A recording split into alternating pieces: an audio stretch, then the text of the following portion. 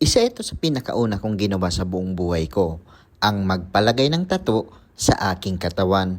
Bago ang lahat, kawayan mo muna, Mayor. Oo na, alam ko na ang sasabihin nyo. Dudumihan mo lang ang balat mo.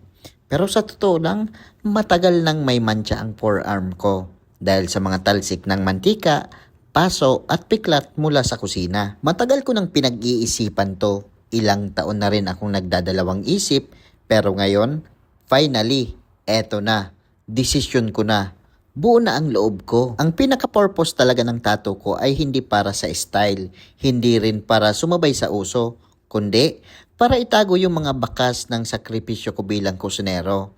Yung mga paso at talsik ng mantika, parang naging battle scars ko na. Pero sabi ko sa sarili ko, oras na para bigyan ko na ng bagong muka ang mga bakas na yon. At syempre, di mawawala ang kaba. Hindi lang dahil first time ko magpatato, kundi dahil takot talaga ako sa karayom. Pero syempre, di ko pinahalata, mahirap na, baka pagtawanan ako ng tattoo artist ko. Shout out nga pala kay Miss Flory, kabayan, maraming salamat sa discount at pasensya mo sa akin. Kaya kung nasa Sydney kayo at gusto nyo rin magpatato, i-message nyo lang si Miss Flory sa Instagram. Galing niya. Promise, customize yung design ko. May idea lang ako sa concept pero siya na ang nag-layout. Yung final design, sakto sa karir ko bilang kusinero sa barko at sa lupa. May kombinasyon ng experience at passion. Parang ako sa kusina, mainit, intense, pero may puso. Masakit? Ha? In the fog? Yeah. Yung proseso, masakit syempre, pero kakayanin.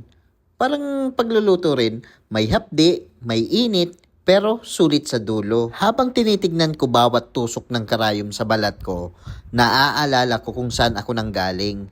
Naniniwala ko na hindi lang ito tinta sa balat. Isa itong paalala ng mga hirap na dinaanan ko at kung paano ko sila tinakpan ng tapang, desisyon at kaunting art. Ang iniisip ko, ano ba, di may tattoo na ako. Mapasok na naman, matalsik ka. Ayun lang. Masisira yan, Medyo, masisira. Medyo kinabahan lang ako sa sagot ni Miss Flory. Dapat pala, di ko na lang siya tinanong. Pero, nandito na ako eh.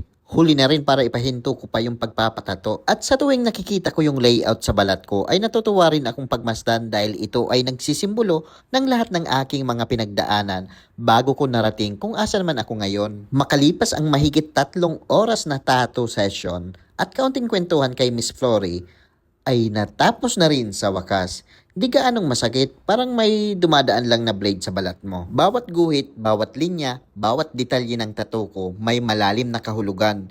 Hindi lang ito disenyo, ito ang kwento ng buhay ko. Ang chef hat, simbolo ng profession ko bilang isang kusinero. Dito ako hinubog, dito ako tumatag. Sa init ng kusina, natutunan ko ang disiplina, tiyaga at pagmamahal sa ginagawa ko. Ang kompas, nagsisilbing paalala na sa bawat yugto ng buhay, kailangan alam mo ang direksyon mo. Maraming beses akong naligaw pero lagi kong pinipili ang landas na may layunin. Ang oras, simbolo ng time frame para sa bawat goal.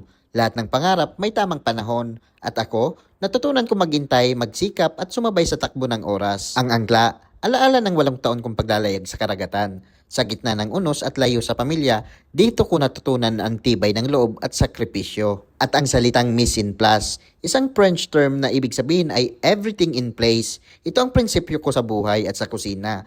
Ayusin mo ang lahat, ilagay sa tamang pwesto para magtagumpay ka sa huli. Ako si Kusinerong Mayor na nagsasabing, my body, my choice. Paalam! Kusinerong Mayor, ang kasama nyo sa biyaheng masaya. Sumama kayo, sumama ka sa biyahe.